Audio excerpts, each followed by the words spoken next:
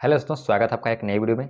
दोस्तों, इस वीडियो में हम लोग सीखेंगे आयत का परिमाप और क्षेत्रफल ज्ञात करना पूरे डिटेल्स मेथड से। ठीक है, तो चलिए करते हैं वीडियो को स्टार्ट। और स्टार्ट करने से पहले यदि आप इस चैनल पर पहली बार आए हैं तो चैनल को सब्सक्राइब कर दीजिए, साथ ही अपने दोस्तों के साथ इसे शेयर भी कर दीजिए। तो चलिए करते हैं वीडियो को स्टार्ट। तो यहाँ पर आप देख सकते हैं ये जो आयत दिया गया है, ठीक है, इसका क्षेत्रफल और परिमाप दोनों निकालना है। तो इससे पहले कि हम लोग कुछ नियम को सीखेंगे, ठीक है, कुछ रूल को हम लोग, कुछ परिभाषा को हम लोग इसमें देखने वाले हैं। तो चलिए देखते हैं क्या है परिभाषा। यहाँ पे हम लोग समझेंगे सबसे पहले चतुर्भुज के बारे में कि चतुर्भुज होता क्या है, चतुर्भुज कहते किसको हैं, ठीक है, यानी कि क्वाड्रिलेटरल। तो यहाँ पे आप देख सकते हैं चार सरल रेखाओं से घिरी बंद आकृति को चतुर्भुज कहते हैं। ठीक है, जैसा कि आप यहाँ पे देख सकते हैं एग्जाम्पल में, ये भी जो है चार रेखाओं द्वारा बंद है, ये भी चार रेखाओं द्वारा बंद है, ये भी क्या है, चार रेखाओं द्वारा बंद है। ठीक है, लेकिन हम लोग को देखना है आयत। तो चलिए हम लोग आयत को देखते हैं। तो यहाँ पे आप देख सकते हैं आयत जो है इसका परिभाषा है कि ऐसा चतुर्भुज जिसके आमने सामने की भुजा बराबर हो। ठीक है, यानी कि आप यहाँ पे देख सकते हैं चतुर्भुज है तो आमने और सामने की भुजा क्या है, बराबर है। यानी कि ये जो 8 सेंटीमीटर का है ये भी क्या है, 8 सेंटीमीटर का है। ये 6 सेंटीमीटर का है तो ये भी 6 सेंटीमीटर का है। ठीक है, तो वही यहाँ पे बोला गया है कि ऐसा चतुर्भुज जिसके आमने सामने की भुजाएं क्या हो, बराबर हो, तथा प्रत्येक कोण 90 डिग्री का हो। प्रत्येक कोण 90 डिग्री का। यहाँ पे आप देख सकते हैं ये भी कोण 90 डिग्री का है, ये भी कोण 90 डिग्री का है, ये भी 90 डिग्री का है और ये भी 90 डिग्री का होना चाहिए। ठीक है, लेकिन यहाँ पे आप देख सकते हैं चतुर्भुज में, इसमें आप देख सकते हैं कि जो इसका प्रत्येक कोण है 90 डिग्री का नहीं है, इसलिए हम लोग इसे आयत नहीं बोलेंगे, इसे क्या बोलेंगे, चतुर्भुज बोलेंगे, क्योंकि चार भुजाओं द्वारा घिरा हुआ है। ठीक है, तो ये रहा आपका आयत और चतुर्भुज में अंतर। यानी कि ये भी क्या है, एक प्रकार का चतुर्भुज ही है। ठीक है, लेकिन इसका स्पेशल नाम दिया गया है आयत, क्योंकि इसमें कुछ यहाँ पे आप देख सकते हैं रूल है, यानी कि नियम है इसके कि आमने सामने की भुजा बराबर होना चाहिए। ठीक है, और प्रत्येक कोण 90 डिग्री का होना चाहिए, तभी वह क्या कहलाएगा, आयत कहलाएगा। ठीक है, तो यहाँ पे आप देख सकते हैं ये जो है सबसे बड़ी भुजा है, इसको बोलते हैं हम लोग लंबाई। ठीक है, और ये छोटी भुजा है इसको बोलते हैं हम लोग चौड़ाई, यानी कि लंबाई को लेंथ और चौड़ाई को ब्रेड्थ बोलते हैं। ठीक है, यानी कि हम लोग इसका शॉर्ट फॉर्म एल लिखते हैं और इसका बी लिखते हैं। ठीक है, अब चलिए हम लोग जानते हैं आयत का परिमाप निकालना। ठीक है, सीखेंगे। तो यहाँ पे आप देख सकते हैं आयत का जो परिमाप है इसका फॉर्मूला होता है 2 इंटू एल प्लस बी। तो 2 इंटू एल प्लस बी आया कैसे, सबसे पहले हम लोग इसे समझेंगे, उसके बाद हम लोग इस आयत का परिमाप और क्षेत्रफल निकालना सीखेंगे। ठीक है, तो चलिए सबसे पहले हम लोग फार्मूला को चलते हैं कि यह फार्मूला जो है आया कैसे। तो यहाँ पे आप देख सकते हैं सबसे पहले आपको समझना होगा कि परिमाप कहते किसको हैं। ठीक है, परिमाप, परिमाप कहने का मतलब हो गया कि ये जो आप देख रहे हैं, बाउंड्री देख रहे हैं, ठीक है, ये जो आप बाउंड्री देख रहे हैं इसकी लंबाई का जो योग है वही क्या होता है, परिमाप होता है। ठीक है, यानी कि यहाँ से यहाँ तक का लंबाई, यहाँ से यहाँ तक का लंबाई, और यहाँ से यहाँ तक का लंबाई, और यहाँ से यहाँ तक का लंबाई का जो योग होता है उसी को हम लोग बोलते हैं परिमाप। तो चलिए हम लोग देख लेते हैं। तो यहाँ पे आप देख सकते हैं एल है तो एल लिखेंगे, ठीक है, प्लस यहाँ पे बी है तो हम लोग यहाँ पे बी लिख देंगे। ठीक है, फिर यहाँ पे एल है तो यहाँ पे हम लोग एल लिख देंगे, और यहाँ पे बी है तो फिर से हम लोग बी लिख देंगे, सॉरी यहाँ पे प्लस हो जाएगा। ठीक है, बी लिख देंगे। तो यानी कि आप यहाँ पे देख सकते हैं एक एल यहाँ पे है और एक एल यहाँ पे है, यानी कि कितने एल हो गए, तो 2 एल हो गए। ठीक है, और एक बी यहाँ पे है और एक बी यहाँ पे है, तो कितने बी हैं इसमें, प्लस करके हम लोग लिख देंगे 2 बी। ठीक है, यहाँ तक आप समझ चुके होंगे। अब यहाँ पे आप देख सकते हैं इन दोनों में क्या है, कॉमन है। तो कॉमन क्या है, 2 है, तो 2 को हम लोग बाहर निकाल देंगे। ठीक है, 2 आ जाएगा बाहर, और यहाँ पे क्या बच गया, एल, और प्लस यहाँ पे क्या बच गया, बी। ठीक है, तो आप देख सकते हैं 2 इंटू एल प्लस बी, यानी कि यही जो है यहाँ पे लिखा गया है, यानी कि फार्मूला का जो निर्माण हुआ है तो इसी से हुआ है। तो यानी कि आयत का परिमाप जो होता है वो क्या होता है, 2 इंटू एल प्लस बी। तो अब आपको रटना नहीं है, आपको समझना है। ठीक है, तो फार्मूला कैसे बना ये वाला आप समझ गए होंगे। ठीक है, तो चलिए हम लोग अब इसका परिमाप निकाल लेते हैं। तो परिमाप निकालने के लिए सबसे पहले हम लोग बिना फार्मूला के निकालेंगे, उसके बाद फार्मूले पे बैठाएंगे। ठीक है, तो परिमाप के लिए क्या मैंने बताया था आपको कि ये जो भुजाएं हैं सभी भुजाओं का क्या होता है, योग होता है, यानी कि बाउंड्री की लंबाई जो होता है वही इसका परिमाप होता है।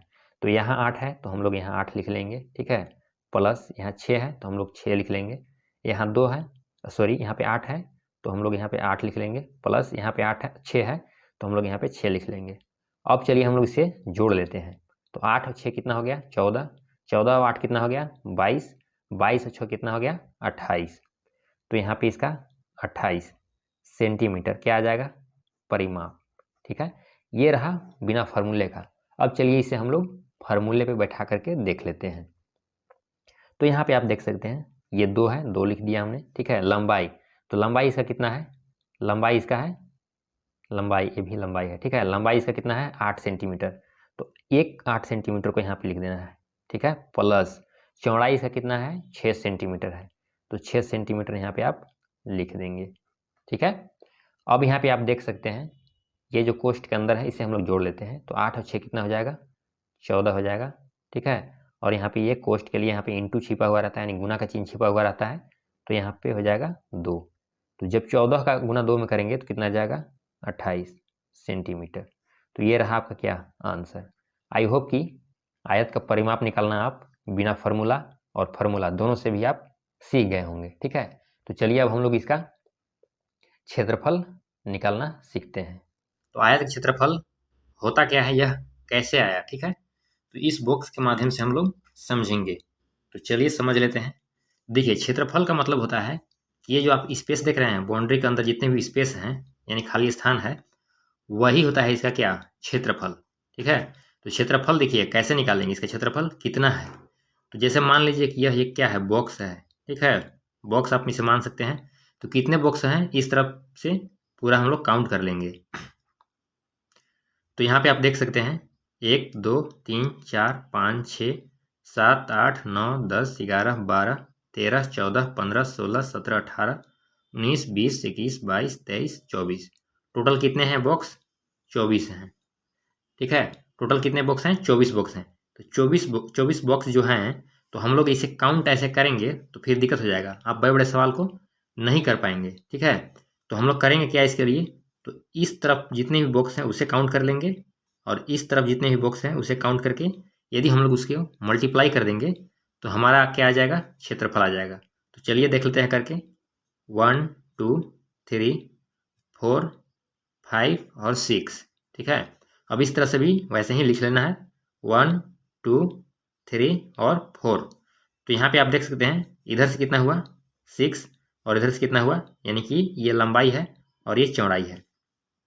तो लंबाई तरफ से कितना हुआ 6 और चौड़ाई तरफ से कितना हो गया 4। तो जब हम लोग इसका गुना करेंगे 6 × 4 का तो कितना आ जाएगा 24 आ जाएगा।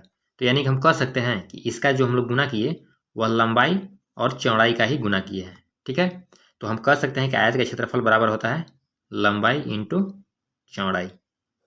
तो आई होप कि यह प्रोसेस द्वारा आप अच्छे से समझ गए होंगे कि आयत का क्षेत्रफल जो है वो क्या होता है। रटना नहीं है, समझना है, ठीक है। तो चलिए हम लोग देख लेते हैं एक क्वेश्चन को। तो जैसा कि आप यहाँ पे देख सकते हैं इस तरह से का मान चलिए एक आयत है जिसका लंबाई दिया हुआ है आपका 9 सेंटीमीटर, ठीक है, और चौड़ाई दिया हुआ है 5 सेंटीमीटर। तो एल बराबर दिया हुआ है 9 और बी बराबर है आपका 5। तो इसका क्षेत्रफल कितना हो जाएगा, तो 9 × 5 कितना हो जाएगा 45, ठीक है, सेंटीमीटर स्क्वायर में आएगा, क्योंकि यहाँ भी सेंटीमीटर और यहाँ भी सेंटीमीटर, जब गुना होगा तो सेंटीमीटर हो जाएगा स्क्वायर, ठीक है। तो अब चलिए हम लोग देखते हैं आयत का विकर्ण। आयत का विकर्ण समझने से पहले आपको पाइथागोरस थ्योरम को कुछ यहाँ पे पॉइंट्स है उसे समझना होगा। तो ये है आपका लंब, ये है आधार, ठीक है, और ये है कर्ण। तो देखिए यहाँ पे कर्ण बराबर जो फॉर्मूला होता है, ठीक है, कर्ण बराबर जो फॉर्मूला होता है वो क्या होता है, कर्ण बराबर फॉर्मूला होता है अंडर रूट में लंब का स्क्वायर, ठीक है, प्लस आधार का स्क्वायर। ये होता है पाइथागोरस थ्योरम, ठीक है। कर्ण बराबर होता है लंब का स्क्वायर प्लस आधार का स्क्वायर अंडर रूट में। तो चलिए अब हम लोग देखते हैं आयत का विकर्ण। तो यहाँ पे आप देख सकते हैं ये है इसका चौड़ाई और ये है इसका लंबाई। हमें ज्ञात करना है विकर्ण। तो विकर्ण को हम लोग यहाँ पे h मान लेते हैं, ठीक है, ये माना गया है। तो h मान लेते हैं। तो यहाँ पे आप देख सकते हैं ये समकोण त्रिभुज है और इसके सामने वाली भुजा क्या होती है, विकर्ण। ठीक है, तो हम लोग यहाँ पे हम लोग को विकर्ण निकालना है, तो h बराबर विकर्ण। तो यहाँ पे आप देख सकते हैं पाइथागोरस थ्योरम में क्या होता है, कर्ण बराबर अंडर रूट में। तो अंडर रूट में हम लोग लिखेंगे क्या, एल का स्क्वायर यानी कि लंब का स्क्वायर, एल का स्क्वायर प्लस बी का स्क्वायर। ठीक है, यही होता है। तो आयत का विकर्ण बराबर हो गया आपका अंडर रूट में L square plus B square.